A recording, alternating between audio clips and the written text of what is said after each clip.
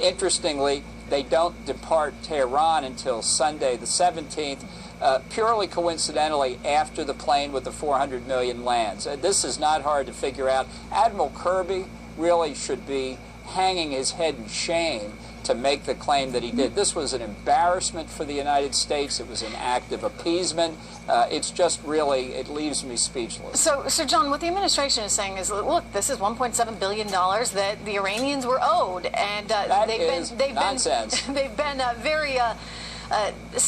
very secretive, I should say, about the actual timetable for how they would get paid back this money. But going back to last January, they're saying $1.7 billion is what they're owed. Here is Josh Earnest trying to explain some of this away here today. I'd like to get your reaction on the other side. Watch. He saved you all money. Do you buy that? He's a fool. Look, this claim has existed, as he admits, for 35 years. There was no rush to resolve it. It was a dispute that arose when the Shah of Iran was overthrown in 1979 about funds that they had committed to us to purchase weapons that we were not about to deliver. Even Jimmy Carter wasn't about to deliver to the Ayatollahs. And the claim had been in dispute ever since then, 36 years. So the notion that somehow within the recent few months we were going to lose tens of billions more dollars or hundreds of millions of dollars is just absolutely false. This was part of the endless list of concessions that Obama and Kerry were prepared to make to the Ayatollahs to get that wretched nuclear deal. And now the facts come out, they see the pattern, they're embarrassed by it, they should be embarrassed by it. Well, the danger, of course, being that, this puts Americans in jeopardy going forward, because if a government like Iran knows that we're willing to pay up to the tune of $400 million, then it's putting everyone at risk. Thank you so much, Ambassador. Good to see you. Good to have your perspective. The White House facing some pretty tough questions right now over this controversial $400 million cash payment it made to Iran, just as the president is calling Donald Trump unfit. Former Republican presidential candidate Pat Buchanan is here with what he makes of that. Good to see you, Pat. Good to talk to you, Trish. Just yesterday, the president out there in this joint press conference with the Prime Minister of Singapore, supposedly there to talk about the Trans-Pacific Trade Partnership deal that no one seems to like right now. And instead, it becomes a political event with him calling Trump unfit. Given what we now know 24 hours later, that maybe the administration struck a secret deal with the Iranians, how bad would you say the optics are now here? Well, first, the president demeaned himself and diminished the office by standing there in the East Room with a foreign leader and engaging in crass, petty politics, attacking an adversary of his party and using that forum to do so. I don't know any president I served who would do that, Trish. But let me talk to you briefly about this Iran deal. Look, if these hostages would not have come out then without the $400 million in Swiss francs and euros, this is straight out ransom. I was in Ronald Reagan's White House when the Iran-Contra happened. We sent TOW missiles to Iran secretly and got some of our guys and people out of Lebanon who were hostages, some of them being tortured.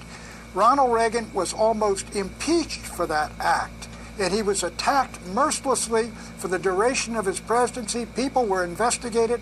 Vice President Bush, who became president, was tormented on the issue for years after that. And that was a few dollars compared to these $400 million in ransom that went there. I mean, this really deserves a massive investigation. No, we have rules about these things. One of the reasons, as I was just saying with Ambassador Bolton, we don't allow for ransom to be negotiated is because it puts all Americans at risk.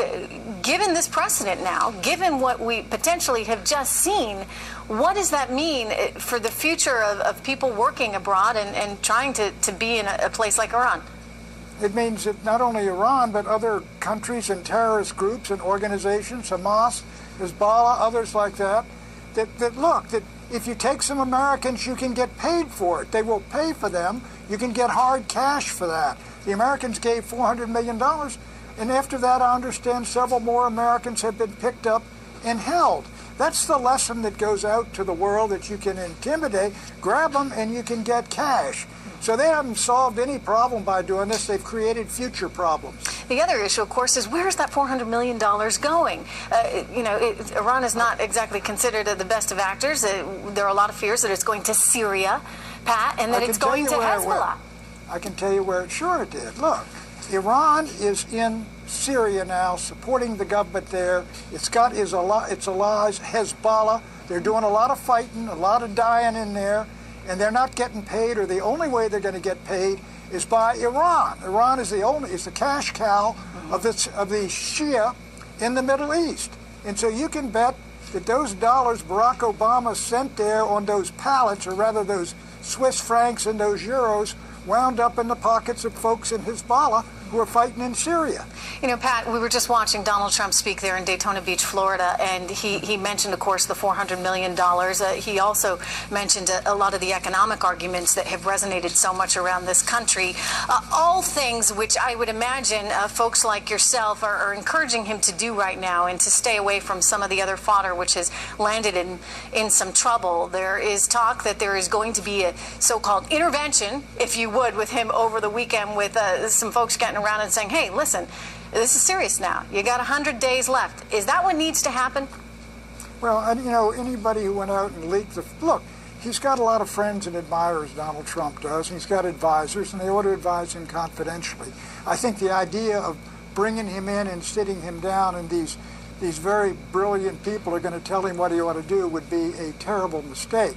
But I do agree with this. It's one thing that Donald Trump, if I were advising him, I would tell him just what you've mentioned. Look, you've got the American people, 75% think we're on the wrong course. You've got manufacturing has been destroyed by these lousy trade deals, guys out of work, wages aren't going up. We got the best growth since 1940, or the worst growth since 1949. Hammer these issues. The country's with you on them. So stay away from some of the other things that are going to land you in so much trouble. In other words, there should be one common theme in that he goes after his opponent as opposed to anyone else. I think Donald Trump's been a little bit, he made him say he's like a heavyweight champion headed into the ring, and some guy from the stands dumps a Coke on his head.